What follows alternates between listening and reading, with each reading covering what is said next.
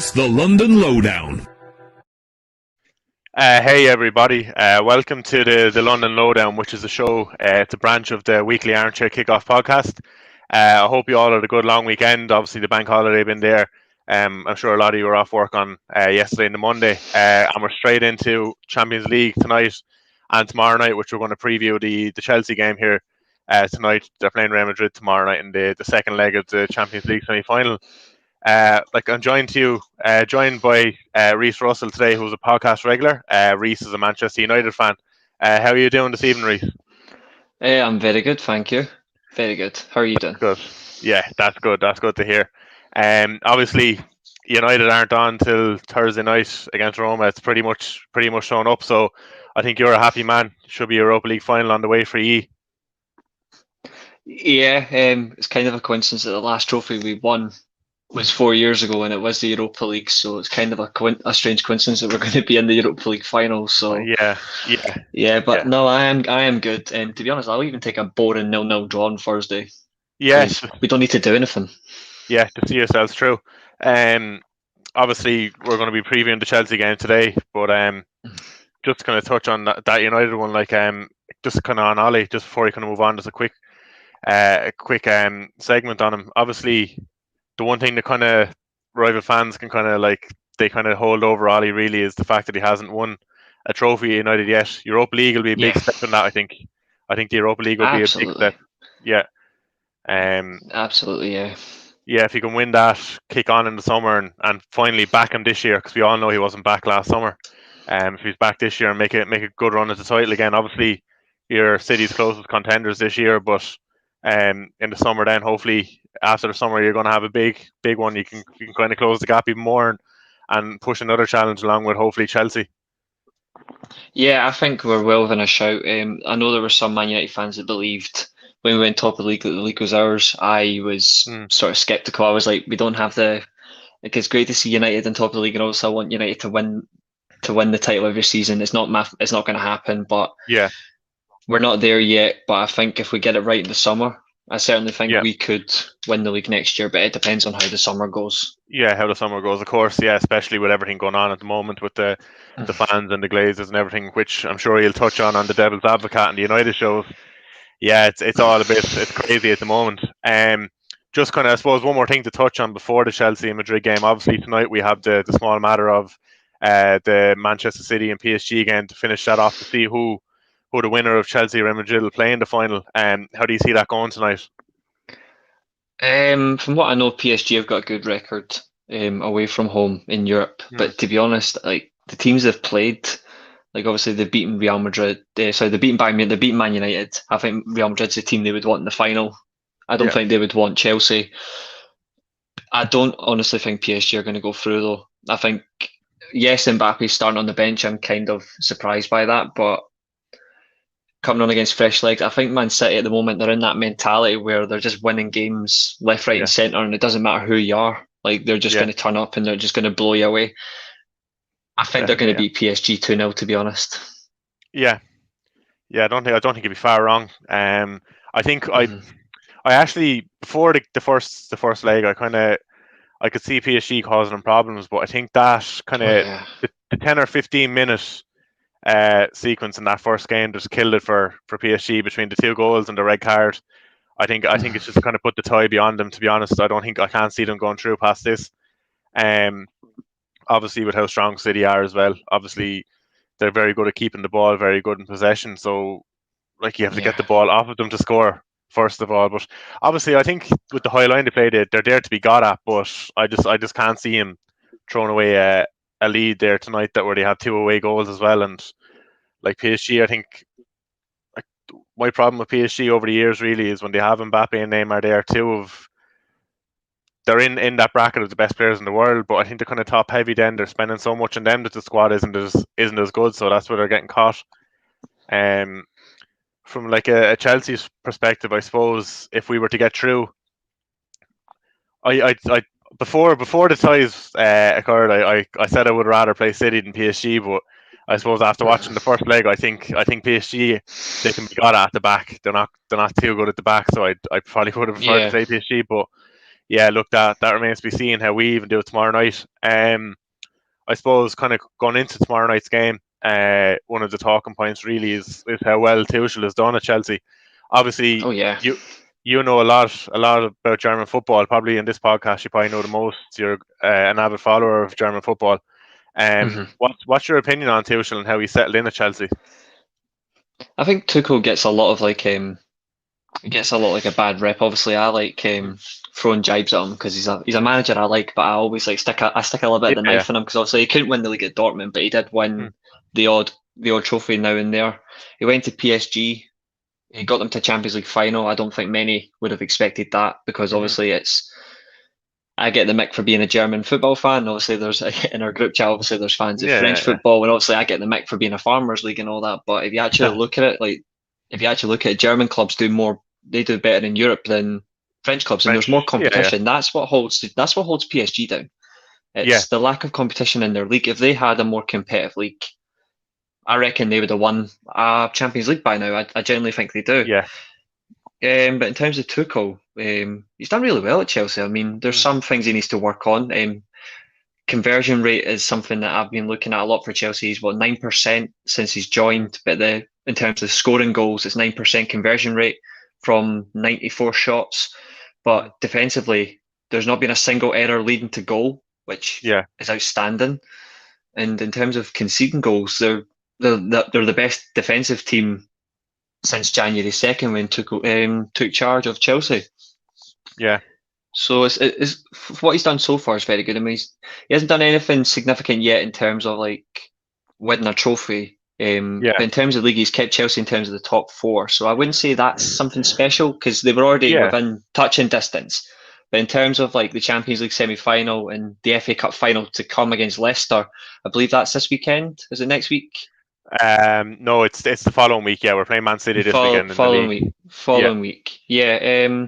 I think I think Tuchel's got a good chance of taking Chelsea to that. I think getting the FA Cup, that might be the only trophy you win this season. I don't know if you'll beat mhm, Real Madrid, yeah, but if you do, you're in a shout with getting a double, like a European Cup and the FA Cup. That'd be two good yeah, trophies to have. And build on yeah, that for next season, maybe. But he does need to be back significantly. And obviously, you messaged in our group chat saying he's been offered a new contract so yeah, early. I'll be honest, I was quite surprised that he's been offered a contract very quickly. But for yeah. Chelsea, I think that's quite interesting. But you know what Chelsea are like with awarding managers contracts? Manager. It's always the sign of impending doom. Could Yeah, Tuchel be yeah, the yeah, first? Could Tuchel be the first to evade? That would be yeah, interesting. yeah. It will be, of course. Yeah, I think they're probably.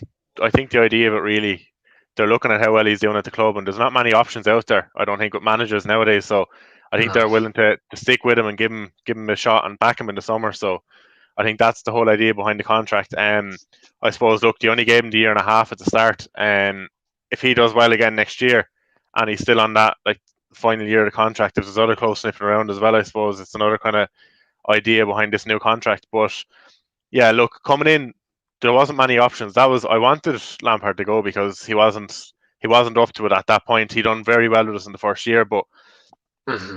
when Tuchel came in, I out of all the options there, obviously I liked Poch, but Poch was gone at the time Lampard went, and I really liked Tuchel. I wanted him over Nagelsmann, and Nagelsmann is a class coach, and he's going to be one of the best in Europe. But at the time, obviously, Leipzig were flying in the Bundesliga, and I knew we weren't going to get him. So it always kind of adds to it if you know you're going to get a player or something, you're going to like him more. Obviously, same kind of happens with a Absolutely. manager. So I wanted Tuchel at the time, and I thought he might suit English football. Um, but he still kind of surprised me. I thought he's done so well so far, like, and how we're doing against the bigger clubs. Obviously, it's from Lampard's reign, the start of this year, and at the big games we played, we looked fairly lost in them. So I just thought it could have been a Yeah. mentality thing with the players. But since Tuchel's came in, that's changed. Yeah, he's been very good, and I'm just hoping he's going to be back in the summer now. Same with Ollie. I think personally in England, I think United and Chelsea are going to have the two biggest windows this summer out of all the clubs. City could have it, but I don't think they need it as much as the other two clubs. I think they need to add one or two when Aguero goes. So I just think Chelsea and United need it more than anyone. I agree. But I don't think it's necessary for Man City to have a big window. yeah, yeah, exactly. And if they needed it, they're more than capable of doing it because the money is there. But just because of like obviously reasons, we're playing catch up to them. I think both of our clubs are going to have big windows, but I'm sure we're going to have plenty of shows on the transfer window over the summer, and Yeah, obviously there's going to be a lot happen. Like I think a lot could happen early, and then obviously we have the Euros coming up in the summer, so we can have a lot of stuff in I international agree. football. Yeah, and obviously, I think you're looking at the top two next season. I know this is bold. I know this is a bold claim, but I generally think you're looking at the top two next year. Man United winning the league and Chelsea coming second. it's possible because like obviously kind of at the end of last year with Liverpool win the league, I know they had their few injuries, and that's kind of it's been broadcasted a lot online, but we would never have thought of Liverpool dropping from first down to like 6th or 7th place. So anything's possible next year. Um, I agree. obviously, as long as Pep is there with City, they're going to be very strong. We'll never see like a drop off in them like Liverpool had this year. Like you'll never see City dropping into the top four with Pep there. I don't think, but like the start come a new season, like fresh faces and that coming in, and like a good pre-season in, anything can happen. Like, and if you can put a good run together to start, and a few teams are playing catch up, you just don't know how they're going to react. Obviously, like City they're used to winning stuff, and if you can get them to play chaser, next season, you just don't know what's going to happen. You Look, can tell they obviously, quite like to. You can tell they like playing the chaser as well as leading the pack. yeah, Man City, they don't care where they are. Like they yeah, enjoy the challenge. yeah, But I think if Man United, if Man United or Chelsea get a decent run at the start of the season, favourable fixtures, they get a good run going based on whoever they sign in the summer. I agree. I think Man United and Chelsea are going to sign big in the summer. One, to appease the fans because of the ongoing situation, and two, because there are positions that need depth in there. yeah, I think if either team gets a good run, gets going fast, gets a decent run over Man City, because they did start quite badly, yeah. there is a They did. chance. But as soon as Man City got into a run, which frankly didn't surprise me, like you just have to hope that you can stop them. But there's been games this season where Man City have been questionable, and you can get Yeah, at them. And I'm like, next season certainly could do a job depending on who you've got in your squad. You could certainly get the job done on them.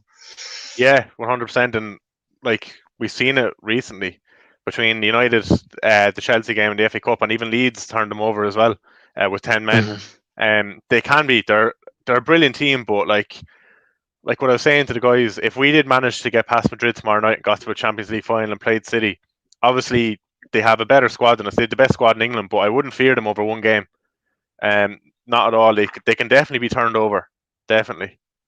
But 2 legs is more dangerous. 2 legs, I feel, is more dangerous because you've seen how they've responded in certain games, and it makes you wonder. Like you look at last season, when they lost to Lyon, that was brilliant. When you look at how they played against Lyon last season, obviously Guardiola, he does what he always does. He gets cocky. He made stupid changes, and they got embarrassed. If that had been a 2-legged tie, I think they may have went through. But the fact that it was 1 leg, and it just shows this year like how different it is.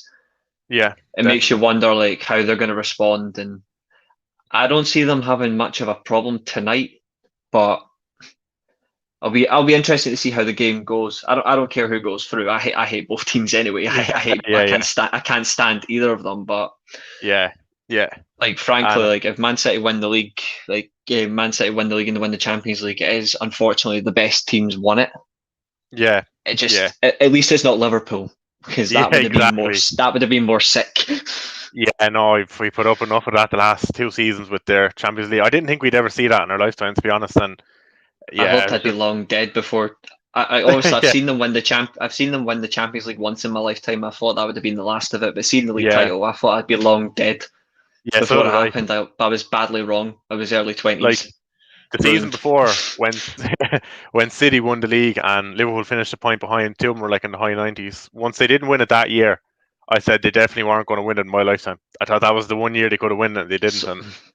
So did I. The way they were playing as well, it was they were coming out so fast and beating teams like with so much energy. Obviously, VAR's questionable, but they were coming out, and they didn't, like themselves in Man City, they didn't lose a single game from January until the end of the season. So it just shows how far they were ahead. I don't know if they'll win. I don't think they'll win the league title for quite some time, but it will not be. I don't think it'll be like 30 years, because the way they're in a position right now in terms of as a team, they're far better than what they were. I hope Yeah. it's longer than 30 years, but Yeah. it's not going to happen. Yeah. No, the fingers crossed. And like one of the big things now, hopefully they don't get top four at the end of this year. And to make it even better, I'd actually rather if they got Europa League than not got it. They'd have the Thursday night schedule next year, and that might knock them back a bit. Mhm. Look, obviously Chelsea have that top four race as well, and they can get in kind of if they can win the Champions League. Obviously the first leg finished 1-1. I think what's not making me confident is the fact I thought we should have killed that game off in the first leg, and we didn't take our Yeah. chances. And I think everyone knows, no matter how bad Real Madrid are, they can punish you. Like that, this team is nowhere near as good as it was a couple of years ago, but they're still so dangerous. Like, um, that's what doesn't give me confidence kind of going into the game. Um, I can see us still keeping the unbeaten record intact against them, but I think they're more than capable of getting a score draw, one that could knock us out in away goals. Like that's the way I'm kind of looking at it. How did you see the first leg going? Really, did you see the first leg? I watched it back. Obviously, I took a bit of a break from football last week. I only watched the Man United games, but I did go back and watch the Chelsea game, and I watched the Man City game back as well. And I Yeah. seen compelling differences in performance. I thought Chelsea were the way they played against Real Madrid. I thought they actually got the first leg spot on Mm, in terms of dealing with it. There were some opportunities where they should have scored, and yeah, they didn't. But then again, they're not out of the game. But I do agree with you in terms of like they should have got another goal or two to put yeah. themselves in a more controlling position. I'll be honest with you, I don't think Chelsea are going through. Mm, Like and I'm not saying that just because I can't stand them. It's just it's what you said before that is the icing on the cake. It's doesn't matter how crap Real Madrid are. yeah, They can punish you left, right, and centre, and mm, I genuinely think they will. yeah. Especially with Benzema. To be honest with you, I think I underrated him the past year or two. I've always liked him, but he's right up there with the likes of Harry Kane and Lewandowski. He's so dangerous. He's That first so leg, massively disrespected by football fans. Like, yeah, oh, it's Ronaldo. Benzema's like worthless. yeah, Benzema literally done what Wayne Rooney done, yeah, like for Ronaldo at Man United. Like he sacrificed because he was banging 20 goals a season for Leon every year when yeah, he was winning trophies, and then mhm, he went to Real Madrid. He wasn't scoring as much, and he's hit I think 30 goals and he's hit 30 odd goals in the past 2 years, and it makes you wonder yeah, just how like he deserves more respect. But I see what you mean in terms of like the underrated side, the yeah, underrated part behind it. Like there are a lot of people that underrate him. There's a lot of people that massively disrespect them, and I think they owe him a massive apology. yeah, definitely. Because that first leg, now I thought Chelsea dominated it for most parts. There was some parts Madrid came into it, but the first half in particular, like Chelsea had a lot of the ball. Madrid were kind of kept at bay for a lot of it, but just like that, Benzema pops up and gets that goal and makes the difference. In the whole game, they had one shot on target, and Benzema got it and scored. Like you look at, I'm not blaming Werner whatsoever because obviously the miss at the start was very poor. But if he scored that, we probably wouldn't get in the Pulisic chance 2 minutes later anyway. But if we didn't score later, obviously, then I'd be blaming Werner. But there was a couple of times where we had counters, and the likes of say Kante, who had a fantastic game, where we had him caught in the counter. It could be 3-on-3, and they overhit passes to Werner. At the time, like just kind of like chances like that, Chelsea threw away, and Benzema just needed one chance, got one goal. Um, I just think he's going to be dangerous tomorrow night, especially with the away goals, because like obviously playing at the Bridge, it's a different story now this time. Um, Obviously it would have been nice to keep a clean sheet in the first leg if they kept them to just the one. Like it doesn't happen that often where you get one shot and it's one goal, but yeah, I just think the True. away goal is dangerous tomorrow. That's my big issue. I don't think we're going to be beat. I just think under Tuchel, the way we set up and like how hard Chelsea are to beat, I just don't think we will. But I think there's a possibility we're going to go out. I know I'm being pessimistic there, but I think I'd rather not be optimistic, and then if we did go through, I'd be more than happy. But or I'd rather that than like be optimistic and then get bet and be disappointed for the night. Like so, yeah, I can see that happening. It's better to be an honest fan than end up being a hypocrite. So Yeah, yeah, exactly. like Um, yeah, look, I suppose we're looking at kind of what way the teams are going to line up. Obviously there was talks of a lot of the Madrid players not being fit, but as of Yeah. kind of this evening, it's kind of coming out that a lot of them are fit. Obviously, they're missing Rafa Varane and Dani Carvajal, but Ramos, Valverde, and Marcelo have travelled. Are you expecting to see at least one or two of those in the starting lineup? Ramos, I'd say, will start with Varane out. I'm going to go a little bit left field. I don't think Ramos will start. I think Ramos will be Yeah. fit for the bench. Yeah. If Ramos does start, then Chelsea are in trouble.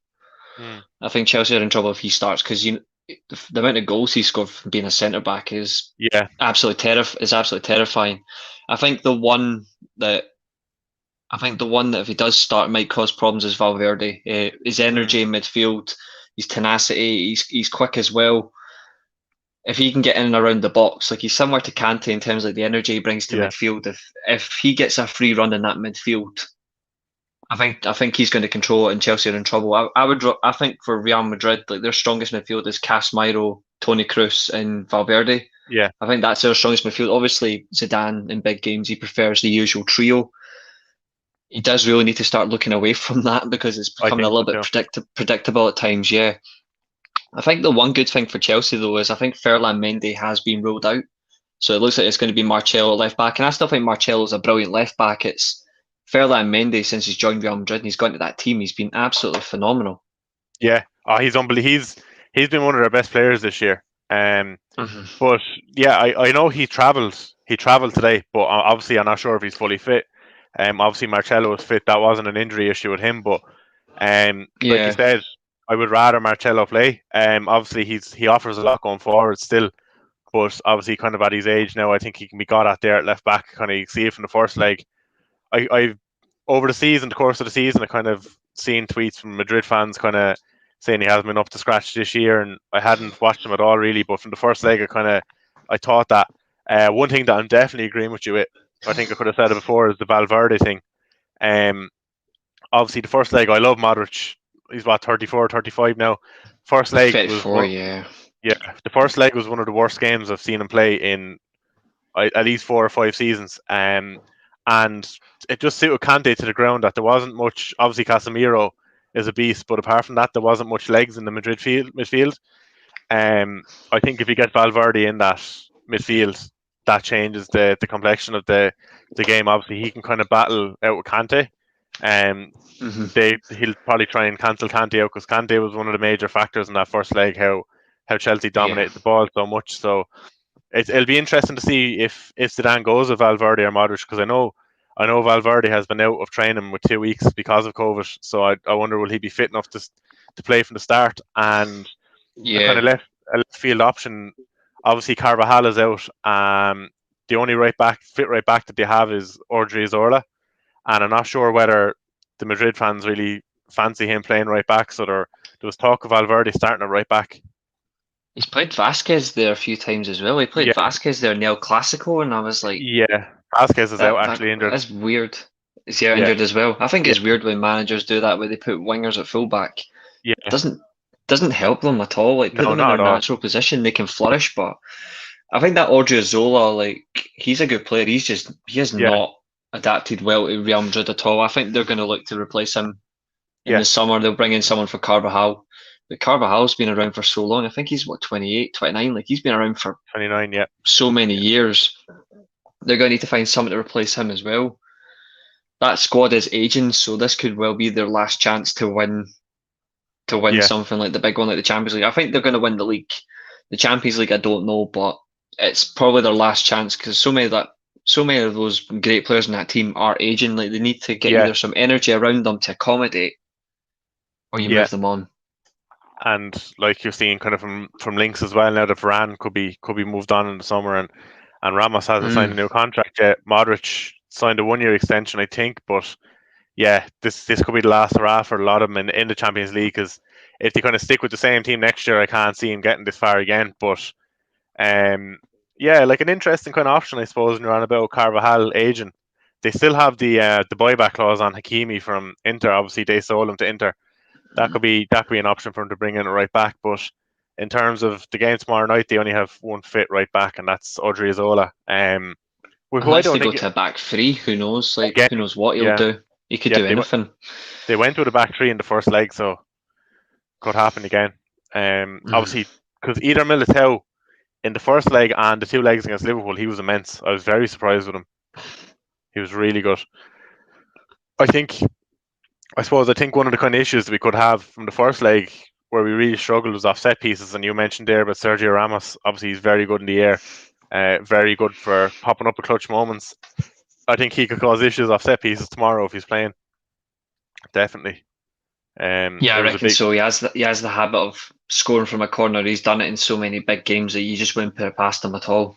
You just yeah, wouldn't bet against him. yeah, yeah. Look, with the whole kind of right back issue, then I wouldn't actually be surprised if they went with a back three again, like in the first leg.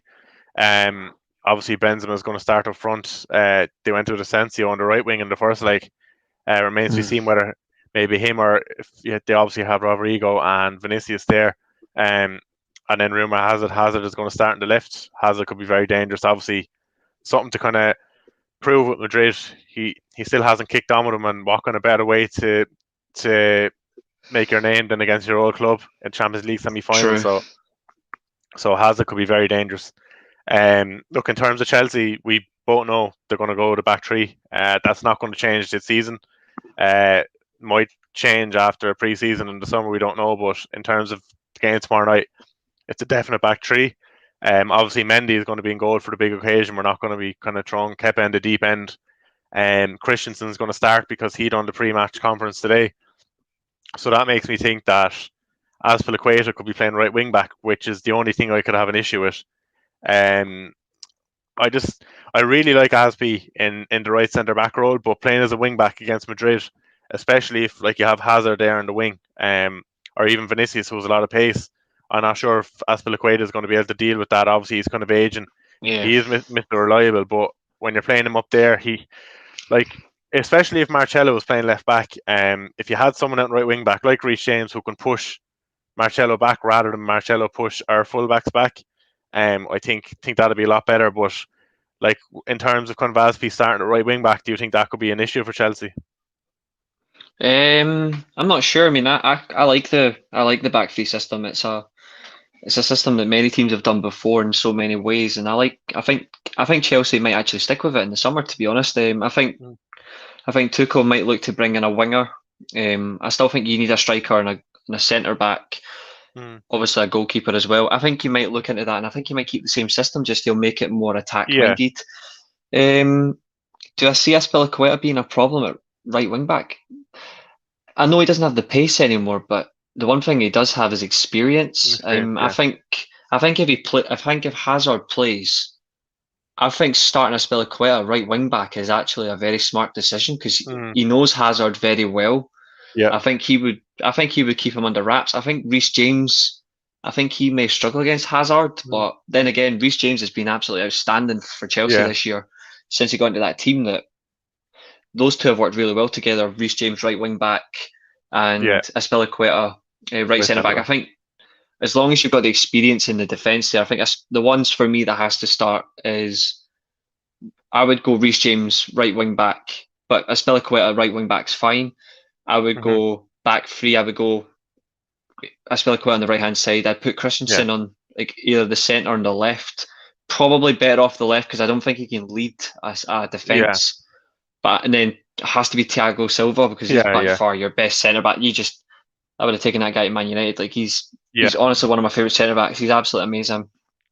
Left wing back is going to be obvious. It's going to be Chilwell and Pace. Yeah. I don't particularly rate Chilwell. I don't think he's that good. I think Chelsea got robbed at 50 million, to be honest, similar to United getting robbed 80 for Maguire. But what I will say is, like, going forward, recent games, Chilwell's actually offered something. Yeah. But I think your best bet, if you want to attack Real Madrid from the left-hand side, you're better off playing Alonso, but I don't know if Alonso's fit. I think he's your better option because he's a set-piece problem as well. Like, he's shown his time at Chelsea, free kick or a corner. And for defending, he can get you a goal. Yeah. He's a lot taller than Chilwell as well, for defending set pieces also. Yeah, look, it probably will be Chilwell just for the kind of the pace aspect of it, and I get what you mean. I think defensively sometimes he can be. It's not even like physically; it's mentally. I think he can switch off sometimes. Obviously, the back three kind of suits him more. When he has the cover at that side. Look, Silva is nailed on to start. Like obviously, you said with the experience and like how calm he is on the ball, how good he is at playing the ball. I think he's going to be in the centre of the three. Obviously, I'd actually like Aspie in the right centre back role, but judging by the kind of pre-match conference, Christensen's going to play there. I think from taking from Tuchel's press conference today, Rudiger will probably start on the left because he said if Rudiger plays, he's going to be wearing a mask, so he's going to be the left centre back. I think you'll have Chilwell left wing back. Now the centre midfielders, obviously Kovacic is out, which is very disappointing. I think he's my favorite. He's my favorite of the apart from Gilmore. Kovacic is my favorite midfielder you've got. I just love the way he plays. Like his tenacity on the ball, his drive, his energy.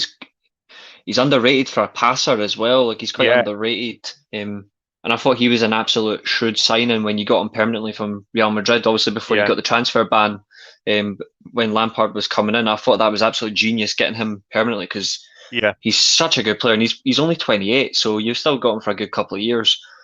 Yeah, he's definitely so underrated. It's a shame that he's out injured because he's a player that I rate a lot. Yeah, no, definitely. And I think of all games, tomorrow night's game would have suited him most. Obviously, if Madrid are going to be chasing that goal, they're going to be pressing high. I think Kovacic, there's not many midfielders in, maybe, I'd nearly even say Europe, never mind just England, that's good at breaking the press like Kovacic is on the ball, like you said, running with it. Like, obviously, he's not the best in Europe overall, but in terms of doing that, just that job, he's brilliant at it. I think he's going to be a big loss. Obviously, look, we're probably going to see Kante and Jorginho midfield. I've had my issues with kind of Jorginho in the past, the start of the season and last season, where I thought he kind of lacked physically. But I think in this system that Tuchel plays with the two centre midfielders, they do a lot of covering defensively. I think he's actually been okay. He's had one rocky game, but the rest of them have been very good. I suppose they're probably going to look for him to have a calm head in midfield and keep a hold of possession because obviously Kante will press up high and press the midfielders. Look, with Kovacic gone, they're obviously going to start. I'm a massive Billy Gilmore fan. I love Billy Gilmore, but obviously they're not going to throw him in the deep end tomorrow night. No way. Page, but he got his minutes in. He got 90 minutes in Saturday, which I was delighted with against Fulham. And I'm hoping next year he'll either be on loan and get a lot of minutes, or he'll start to get more minutes with Chelsea. Realistically, look, Chelsea are probably going to bring in a centre midfielder in the summer. Don't know who that is, but if that happens, Gilmore would probably benefit more with a Premier League loan. I think he's good enough to start for most Premier League teams, kind of from 10 to 20. I think he could start for most of those teams, so he can get his minutes in next season. Look, do you think the midfield battle could be a deciding factor in the game tomorrow night? Obviously, a lot of people thought that in the first leg, but I think the midfield battle is going to decide the game. Yeah, I think Benzema's going to score, but I think whoever wins the midfield will dominate the semi-final. Is it going to come down to the experience control of Real Madrid or the strong duo of Kante and Jorginho?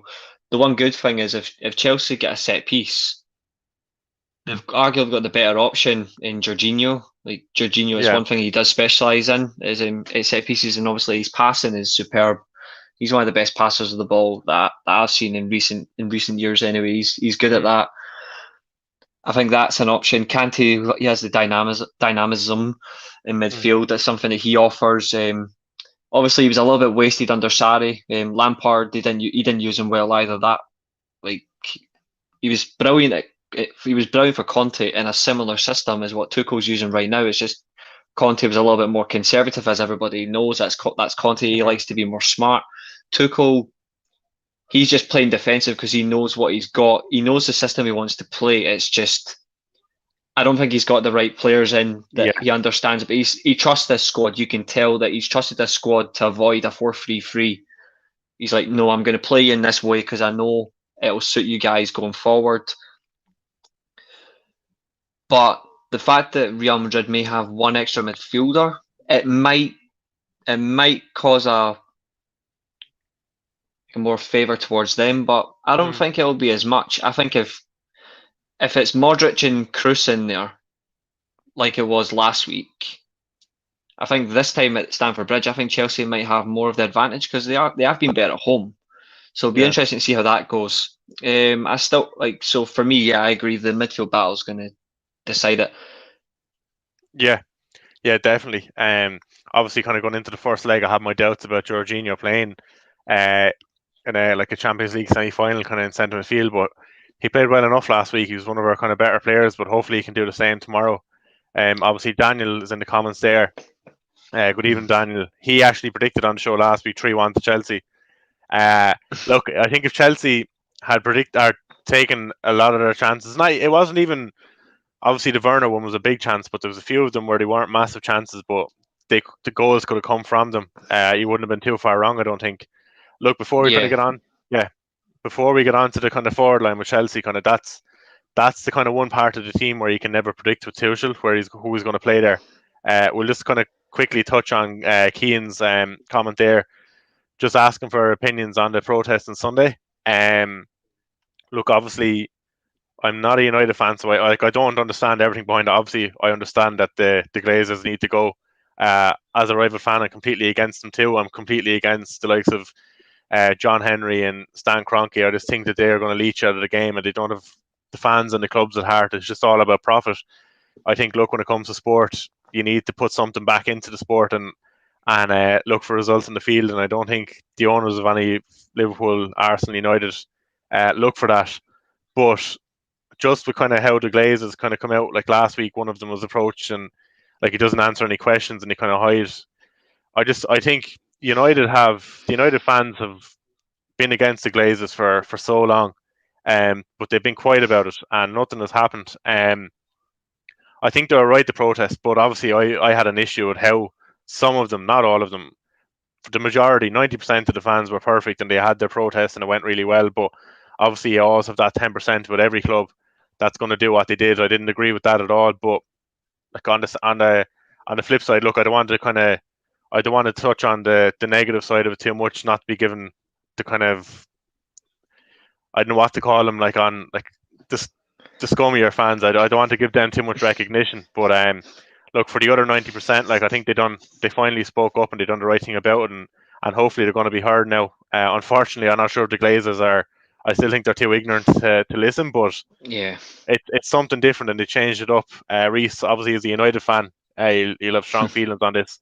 What's your feelings on the protest? Very strong. Similar to yourself, in fact. No, like my thoughts and feelings are pretty much bang on as yours.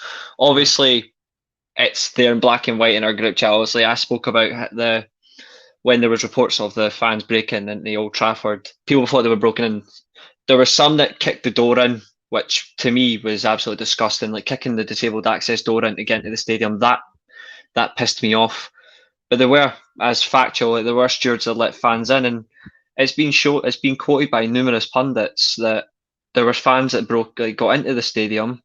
They didn't cause any harm. It was just the minute few that were throwing full cans of beer at a senile old man.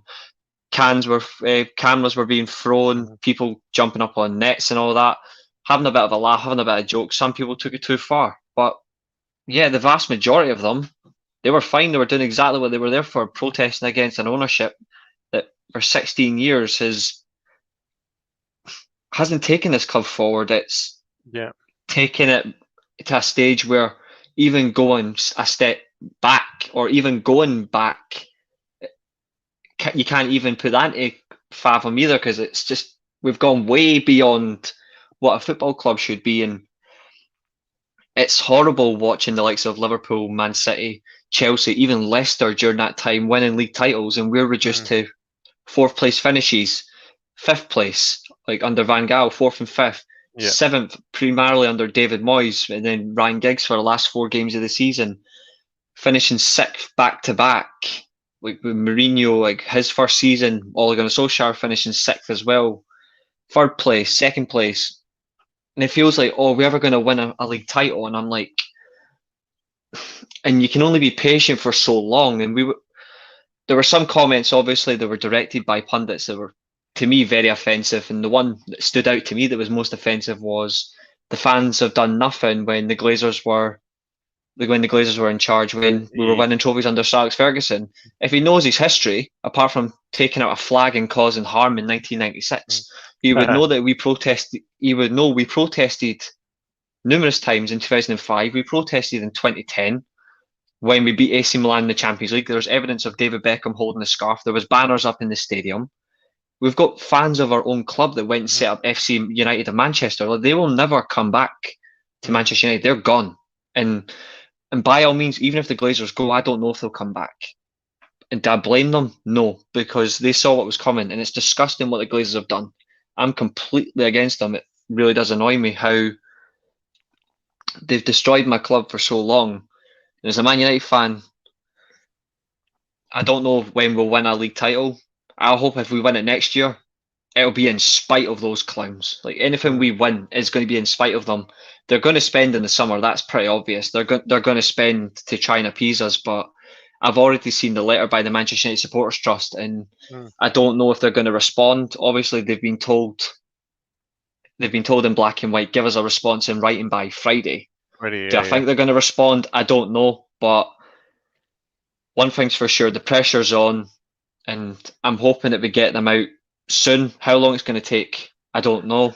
But we have to get them out, because eventually, I don't know what's going to happen to Man United, but I don't see a good end to the tunnel if we don't get them out. If we get them out, that'd be great. Yeah, that's like one of the guys in work now. He's a Man United fan. He kind of touched on today. He said that you're going to spend big in the summer, and first thing I said to him, I said it's all well and good, but if it's under the Glazers still, you're going to spend big in the summer. Like, you should still want rid of them, because I think it's going to be the same thing over and over again. They'll spend big in the summer and think the fans are back on their side. You'll mount the title challenge next year, but give it 2 or 3 years time again, you're going to be back in the same position with them. I just don't think they have the mindset, and they don't kind of think enough about football, really, to kind of push United on as a club now anymore. Obviously, you won league titles and Champions Leagues under Fergie when they were there, but like, when you look at the later years of winning league titles, to be honest with you, with the squads that Fergie had, I didn't think you should be winning league titles.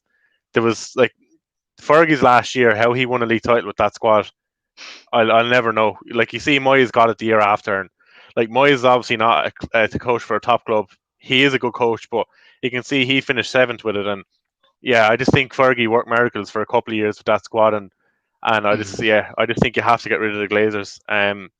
Look, obviously Daniel touched on, he was at the Carling Cup final in 2010. It was full of green and gold then as well. It's the first time we ever retained a trophy as well. The Carling Cup, funnily enough, in 2010 was the first time we ever retained a domestic trophy. Jesus, I actually didn't know that. And then Daniel obviously agrees with Reece, who's got to spare £4 billion. There's a fair few people. It's just, can you trust them? Yeah. That's the sad thing, because obviously I've mentioned Ratcliffe, but obviously he tried to buy Chelsea twice. Yeah. Bastard. Yeah. Like, he's done that. Excuse that's what I think of him. Like, there are people who have got the money. It's just a revert back. You don't know who's going to cough up. Will it be a fan? Will it be fans investing into shares to take over eventually? I don't know. But whoever does take over, it's got to be the best possible person for the job. And another thing as well that I'm going to quickly touch on, if you don't mind, is the whole fit and means. The fit and means, like, owners test. For me, that's got to be reformed as well, because there's so many things wrong with owners that come in that you don't know who to trust in football right now. Like, they blocked the takeover of the Saudis of Newcastle, probably because they don't want the Geordies to be the richest club in football. Yeah. But there's levels of what can you accept in a period of time that you accelerate, and what you refuse to acknowledge. And obviously the FA ignored it for 6 months. I remember True Geordie speaking about saying that the FA didn't reply for 6 months about this takeover, and when they did respond, they were like, we didn't hear anything about this takeover proposed deal. Yeah. And obviously it was completely blocked, but it makes you wonder, whoever takes over Man United, it's got, like, this means owners test has got to be reformed first, because whoever comes in, it could be worse than the Glazers, and that would be painful as well. Yeah, like when you're kind of before you touched on that there, obviously like a lot of people are kind of talking about the 50+1 rule. I haven't looked into it too much myself. Obviously, I know how it works in Germany, but I was going to say like I'd be all for that the reforms test with the owner. Like I think it has to come in, like you said. It's really big in football. Obviously, from my point of view, obviously as a Chelsea fan, I'm happy enough. I think Roman. I think he actually. I know a lot of people kind of complain about the Super League and stuff. Fair enough, he signed off on it, but like I think Roman would pass any tests if he'd come in right now into football. I think he is everything good at heart. He obviously wants results in the field. He's invested at Chelsea from the youth system up. You can see the results he got over the years in the youth. He spent plenty of money on the women's team, as you can see they're in the Champions League final this year. During the pandemic first lockdown, he opened the hotel to all the nurses and that, and he supplied a lot of food and places for them to stay. He just gives a lot to the community as well. And look, you're not going to get many owners like that. And like you can see the Glazers and stuff, they wouldn't come near passing a test if it came in now. They wouldn't come near and like you said, whoever has to take over after the Glazers, you just have to make sure that they're going to be better. Even if they didn't have as much money as the Glazers, just as long as they have the right things at heart and like they're not going to be taking dividends out every year. And they're the only club to do it. Actually, I think I read today in the Athletic. I think it was in this year they're the only club in England to pay dividends to the directors. I think, which is 20 million a year each of them takes, and the shareholders get 15 million each as well. Like that's how. It's horrible the amount of money, and obviously we're 458 million pounds worth in debt, and then 1.5 billion's been taken out. And in the meantime, in the same period of time, Man City have had the same amount of money pumped in, and it just shows like there are owners who are questionable circumstances about how they've got their money, care about their clubs, and there's some that really don't give a damn. They don't care about us legacy fans, as they've called us now. Like, I'm proud to be a legacy fan, but there's fans that are getting it as well, and the fact that they've just completely taken it to a whole new level, it's horrible, and that's sadly what these owners have done and need to get. And obviously, people have said, "Oh, Chelsea are the reason we've got the money in the league." Yes, obviously Abramovich bought Chelsea, but he can be very ruthless when it comes to sacking managers. But you can tell by the way Abramovich has invested in Chelsea at all stages. You can tell he hasn't been to a game in years. So obviously, he's been denied entry into the UK, he's been denied the visa to get him into the UK. But you can tell he generally does care about Chelsea to a degree that he is willing to continue to pump his fortune in. And that's the type of guy that I would want, and I would want something on the grounds of it, or someone just comes in. I don't care how much they pump in. If we buy the league, I'll take a year of fans whinging about Man United buying the league. I was like, well, I've waited 8 years for a league title. I love it. I loved it when Chelsea spent a lot of money, won league titles. Like it's literally, everyone's spending money nowadays. So if you're winning league titles, spending money, and fans are getting bitter, I take it. Every day of the week. Look, just to touch on Daniel's comment there again. Obviously, I spoke about the Chelsea women's team. Obviously, this is the Champions League preview for the Chelsea game, so I have to touch on the women's result the other day. I've watched a small bit of women's football before, but this season, watching the Chelsea women's team, they're spectacular. It's probably, obviously there's been better women's teams that I haven't watched, but it's the best I've ever seen, and they have so much talent in the team. But I just have to touch on it because getting to a Champions League final for the first time is crazy. Obviously there's a possibility now of both the men's and women's team getting there. Fingers crossed. But even if Chelsea do get to the Champions League final tomorrow night, if they get past Madrid, we just can't forget about the women's team, and theirs be coming up soon, and we'll have our fingers crossed for them to win that. Who are they playing against? So they have Barcelona in the final. Barcelona. That's going to be interesting.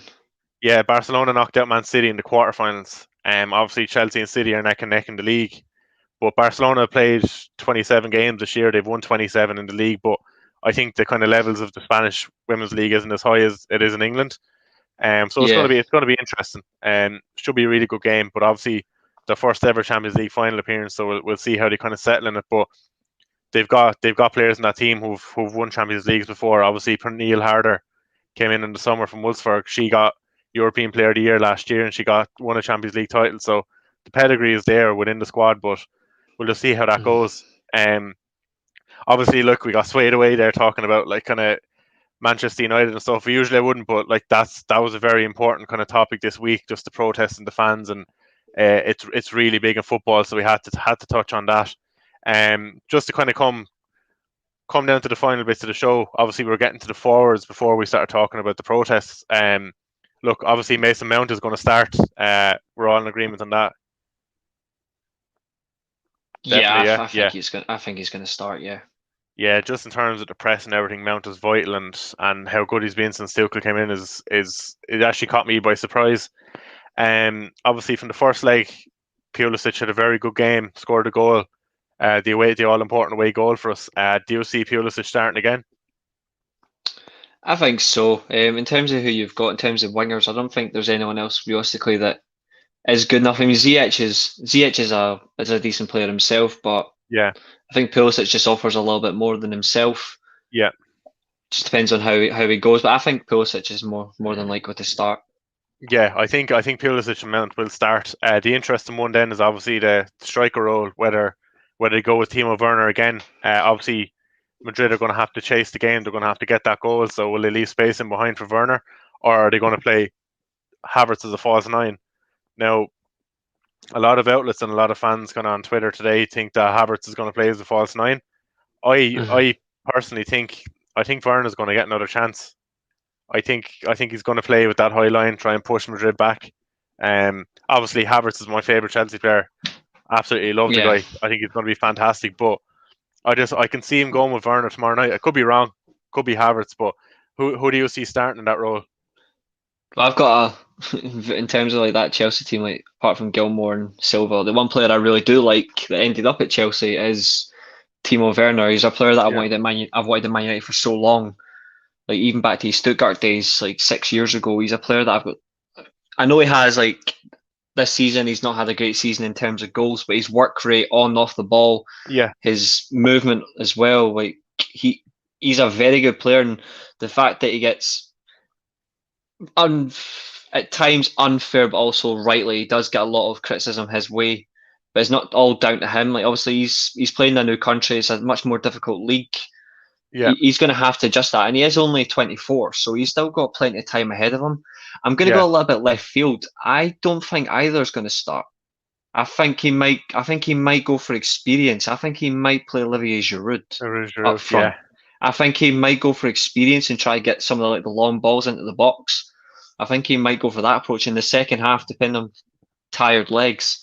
I yeah, think he might. I think he might take off Pulisic and Giroud at the same time. I think he'll bring yeah, on Havertz on the right, and I think he'll bring on Werner through the middle. yeah. Yeah, not a bad shout, especially because he's a target man. He'll give Chelsea an outlet for Chelsea to kind of play it up there. Wouldn't be a bad shout. It's a possibility. To be fair, I think Tammy's the one you can kind of rule out playing. He'll obviously be on the bench Yeah. with the extra subs, but look, you have a kind of choice of three there. Obviously, Werner with the high line, Giroud to give you that kind of outlet to play it up to, and then Havertz obviously dropping in. Like if you're going to play Havertz there, he can kind of drop in and kind of if Tony Kroos is sitting deep again and playing those balls, maybe Havertz can drop in and kind of try and pick him up. Obviously, just touch on Daniel's comment here because he's heading off. He's going to watch the City game. We'll hopefully be watching it in the next few minutes as well. Daniel, should be a good game. And tomorrow night he thinks they're going to go through comfortably. I don't think it's going to be comfortable. The funny thing is Daniel's profile picture. He looks so familiar. He looks like one of my best mates. Really? Like, Yeah, yeah. Like fun enough, one of my best mates is also called Daniel, but I don't mean it in like any circumstance. Like, obviously, I don't think I've ever met Daniel. It's just yeah. he looks so bloody familiar, and I was like, it can't be because he never talks about football to me anyway. He never talks about football. Yeah. I was like, you bloody traitor. Yeah.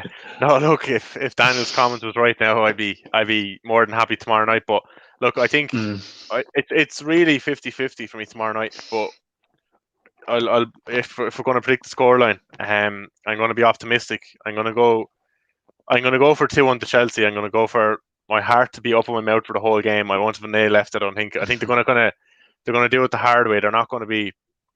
I think they're going to scrape through maybe 2-1. I know I touched on earlier on about Madrid kind of getting a score draw. I think that's a danger. Obviously, we've seen it a couple of years ago, PSG, when Thiago Silva and David Luiz scored 2 away goals against us. I went through the away goals. Obviously, Amy touched on there, Real Madrid. Yeah, no, I didn't expect anything else, Amy. Fair enough, though. Fair enough. I wouldn't want the Yeah. rival to win the Champions League either. So yeah. Look, I'm going to go 2-1 Chelsea, and then tonight I'm going to go for a 2-1 Man City as well. I think they're going to see it through, and I think it's going to be a Chelsea City final. What are your predictions, Reece? I think Man City. Oof, I think they're going to win 2-0 tonight. I think they'll have a bit too much for PSG to handle. And in terms of tomorrow, I know you're going optimistic because you're a Chelsea fan. I think Real Madrid are gonna knock you out. And I know you are that good defensively, but I just think there could be a chance where you may have an off night. I think Real Madrid could win this 2-0, but I'm gonna say 2-0, but I think the end. So Reece has gone us. Obviously, he was going to start spewing lies about the results, saying Madrid are going to go through. So connection went. Think it could have happened. It could have been a bit of luck. Where he went when he was there. He's back. That was a message I've never seen before. The phone is overheating, so it kicked me out. Oh Jesus! Horrible system. Yeah. Do you have your headset plugged in there? Couldn't hear that clearly there. I've got my AirPods. Yeah, Grant. Obviously, I was just saying to the guys that are watching there, you were obviously going to say you think Madrid are going to go through, so the stream cut you off. I think it's scripted that you have to predict Chelsea to go through. So if you want to predict Chelsea to go through there, that's fair enough. No, go ahead, Annie. We're saying 2-0 Madrid. 2-0 Real Madrid, but I think it could be like similar to score to what you said, 2-1, but it'll still be Real Madrid. I think he could score, but I don't know if he's will. Yeah, I know. Look, I get it with the whole experience side and everything with Madrid. It's very, very possible. I think it's so 50-50 tomorrow, and it's hard to predict who's going to go through. Yeah, tonight I think is a bit more. It's a bit easier to predict. I think City will go through, but look, tomorrow it should be a good game. Obviously, the first game, a lot of kind of people thought it might be more tactical in the City game, and we're not going to see much action in it, but it was full of action. There was plenty of chances there, and it was kind of end to end. So hopefully we see that tomorrow night again, and my like kind of on my end, hopefully we see Chelsea going through. Obviously just kind of finishing up there, Rach has to comment in saying, "Hey guys, obviously Rach is on our Three Devils and a Gooner show. She hosts it. So Rachel's always here in the comments. Same with Amy. Doing very good to kind of come in and interact in the shows and get in on all the shows. It's appreciated. Yeah. So anyway, look, guys, we gave our score predictions of kind of how we think the games are going to go tomorrow night and how the teams will line up. And before we go, Reece, do you want to kind of shout out your handles? So you can find me on Twitter at UnitedVenom7, and if you're into gaming and streaming stuff, I'm on Twitch, Reece_Lightning 1997. Perfect, yeah, guys. Make sure you actually catch Reece on Twitch as well. It's a very good viewing on his Twitch. He plays a lot of FIFA and that, Reece, as well, I believe. And there's obviously other games, but I obviously catch you playing a lot of FIFA. Yeah, it's always a bit of a blast. Yeah. Look, obviously my Twitter handle's underneath my image there beside my name. Make sure to give me a follow. I always interact with followers, and I welcome any kind of football talk on my Twitter. Obviously, the most important thing, like and subscribe to the weekly Armchair Kickoff. You'll see the banner kind of floating across there at the end of the page. Make sure to follow it on Twitter. Give us a subscription on YouTube. You can follow us on Facebook as well. You'll see all the shows there, and the guys tweet out the schedules a lot, so you're going to be kept up to date with the schedules and what shows are coming and what will be up in the coming weeks. And again, guys, thanks everyone for coming into the comments and viewing the show tonight. We really appreciate it. And just make sure to hit that like and subscribe button. Thanks again.